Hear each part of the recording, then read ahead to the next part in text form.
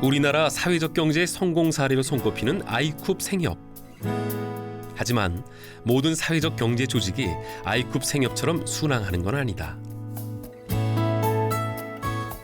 전북 전주에 위치한 사회적 협동조합 온리.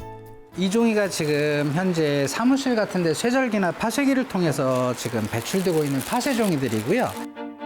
협동조합 온리는 재활용할 수 없는 종이를 전통 한지 제작 방식을 이용해 친환경 엽서 종이 정원을 만든다. 씨앗 수경 재배 기술까지 접목시킨 종이 정원은 일일이 사람 손을 거쳐야 하는 작업이라 시간과 정성이 필요하다.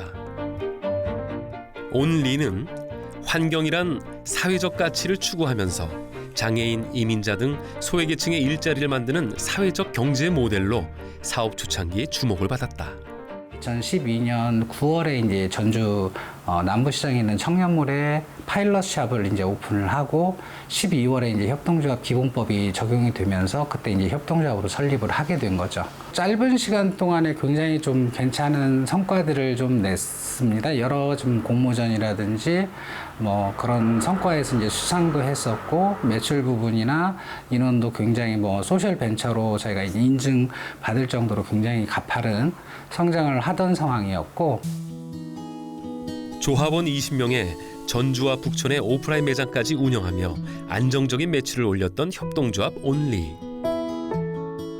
그러나 2017년 중국 사드 사태로 양국 관계가 얼어붙자 관광객도 매출도 급감했다. 여기에 엎친 데 덮친 격, 젠트리피케이션 문제까지 발생하면서 온리는 위기를 맞았다.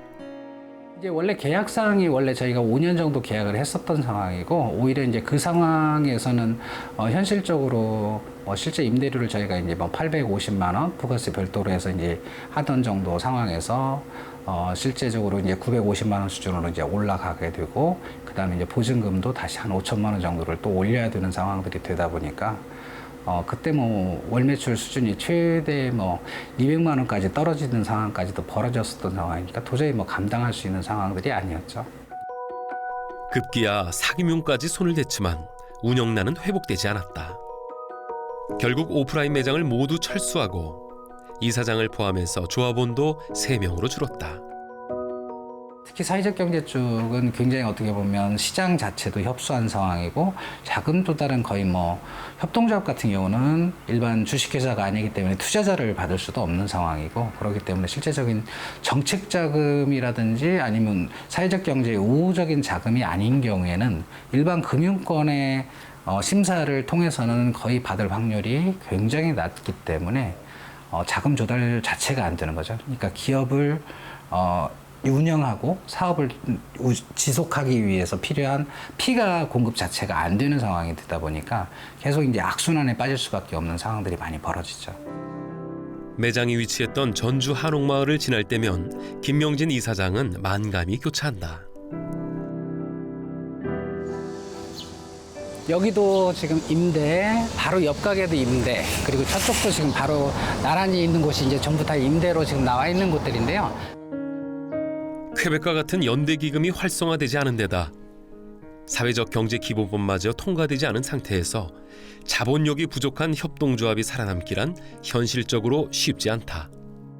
전주 한옥마을 같은 경우가 한 6년에서 7년 사이에 임대료가 한 10배, 심한 곳은 훨씬 그 이상으로 지금 굉장히 치솟고, 사람이 좀 몰린다는 이유로 이제 보증금 같은 거, 권리금 같은 것들이 어마어마한 수준으로 좀 뛰어오르던 게 실제는 경기가 침체되고 관광객 수가 줄면서 기존의 전통적인 전주만의 독특한 매력을 가진 제품들은 아예 자리를 잡을 수가 없고, 그 이후에 이제 프랜차이즈라든지 각종 일반 상품으로서 매장들이 구성됐다가 이제 지금 현재는 그런 매장들도 지금 견디기가 힘든 상황이 될 정도로 많이 침체가 된 거죠.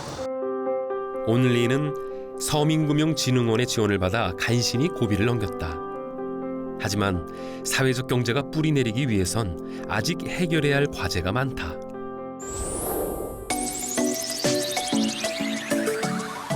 드라마 촬영지로 우리에게 잘 알려진 캐나다 퀘벡시티.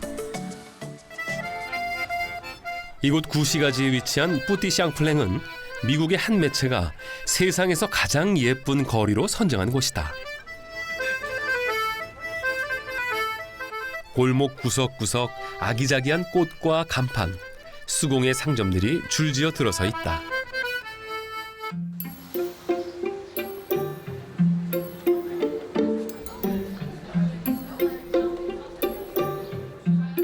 관광객들이 멈춰선 한 기념품 가게. 이곳에서 38년간 조각 공방을 운영하고 있는 플라망치가 뭔가를 만들고 있다.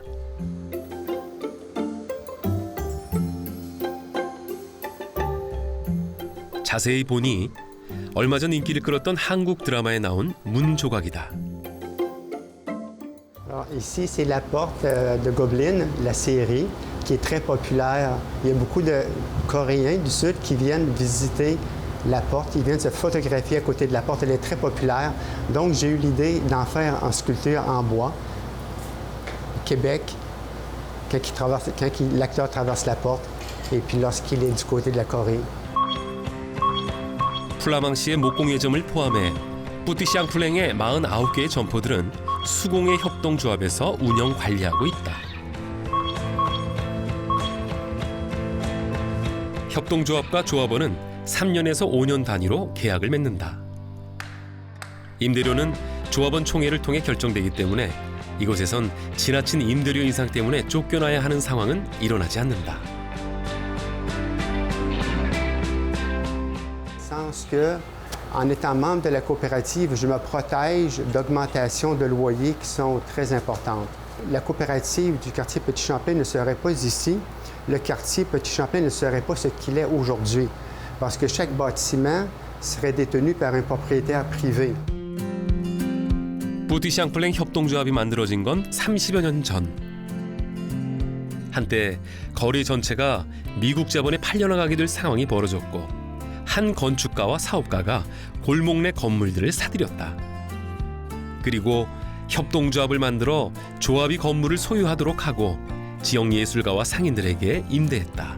덕분에 퀘벡의 아름다운 문화유산은 지켜질 수 있었다.